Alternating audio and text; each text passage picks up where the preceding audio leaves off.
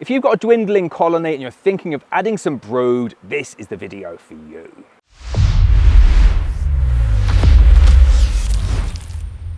Adding brood into a dwindling colony is a really good idea to boost the number of nurse bees and to get the colony back on track.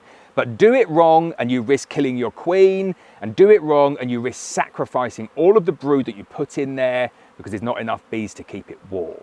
In this video, I'm just going to give you the do's and don'ts of adding frames of brood into a dwindling colony to make sure that you get that colony back on track. So the first one is definitely a don't.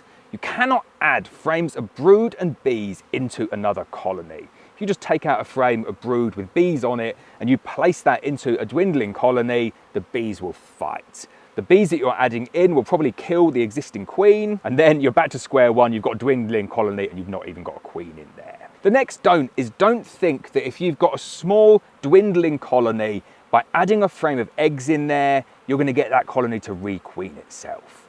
What they will produce is terrible quality scrub queens because there's not enough young nurse bees to copiously feed all of the larvae with royal jelly to produce good quality queens. So what you need to do with a dwindling colony is fix the first problem that is there. Have you got a good quality mated queen that's laying eggs in a good pattern, good capped worker brood? If you haven't got that, that's the first thing that you need to fix. Why is your colony dwindling? Is it laying workers? Is it a drone laying queen? Fix those problems first. And then when you get them to a point that you've got a small queen-white colony of bees with eggs, larvae and capped worker brood, you can start to gradually add frames of brood. Now, when you're looking for frames of brood, what you do not want is brood in all stages. You don't want frames of eggs, you don't want frames of larvae. You want frames of completely capped brood, but you want the oldest capped brood that you can possibly get. Now, the way to work out what the oldest capped brood that you can possibly get is you're looking for a frame of completely capped brood and you want to see emerging bees in the middle. Queens generally start to lay in the middle and then lay outwards like that. So if you've got a frame that's fully capped over with capped brood and they're starting to emerge in the middle, what will happen is they'll start to emerge gradually outwards like that.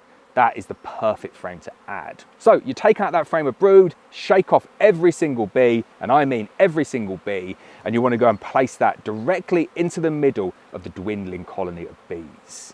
Now, don't get greedy, don't add 2 frames. A dwindling colony, you should always start with 1 frame of emerging brood. Give it about 10 days, allow all of that brood to emerge, and then what you should have, if that's gone well, is a dramatic expansion in the number of bees in that colony. That 1 frame of brood there should roughly turn into about 3 frames of bees if all of it emerges properly and if all of it has been kept at the correct temperature. So here's the next reason that people can fail doing this. You need to ensure that the frame of brood that you're putting in there is sufficient bees in the colony, the dwindling colony, in order to cover that on both faces. Now, with most dwindling colonies, there shouldn't be any issues with that. But if you've got like a little fistful of bees and you're thinking, I want to try and save that, I would just say you're much better off just shaking that out, starting again with a fresh split.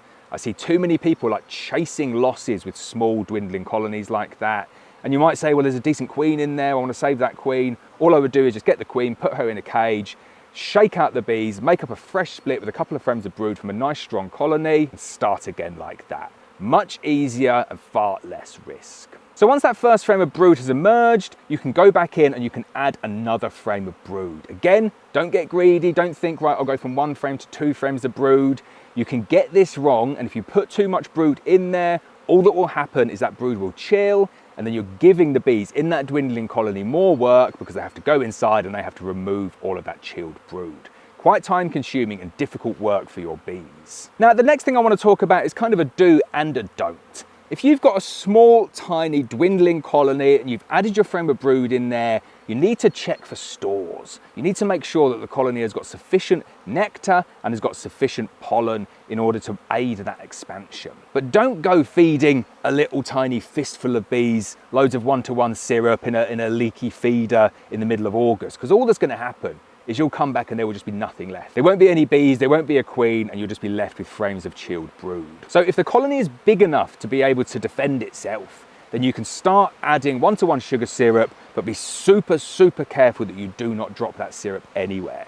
It's all completely contained within that hive, and then reduce the entrance down to a single bee entrance. I would say with a dwindling colony, that's probably good advice anyway, just to reduce the risk of robbing, because if any of the colonies cotton on that there is a weak colony there, the wasps will get in, but definitely the bees will get in there as well.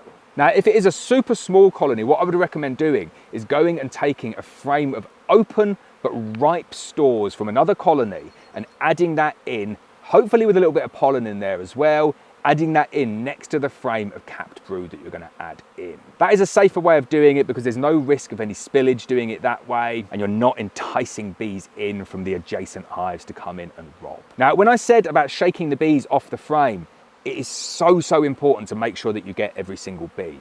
It can happen with a single bee left on that frame.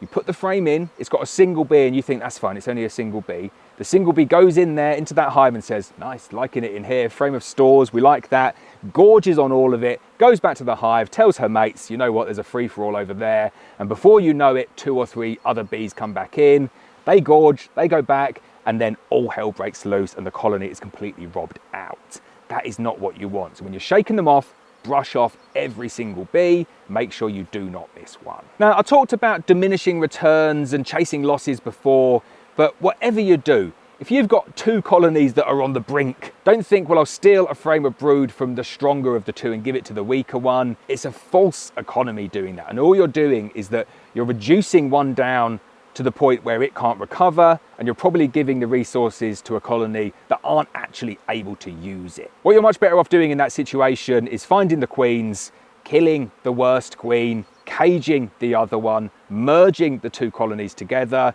and putting them into winter as a nice big strong single unit. You can make further splits in the spring if you get that colony through, but don't go chasing piddly little colonies because it really isn't worth it. Now, hopefully you found that video useful. If you're wondering why my bees are so chilled out, it's because we use very calm buckfast genetics at Black Mountain Honey. If you want a nuke like this or you want mated queens like this, they're available on blackmountainhoney.co.uk. There is nothing quite like sitting in your apiary doing a video next to the calmest bees I think I've ever seen.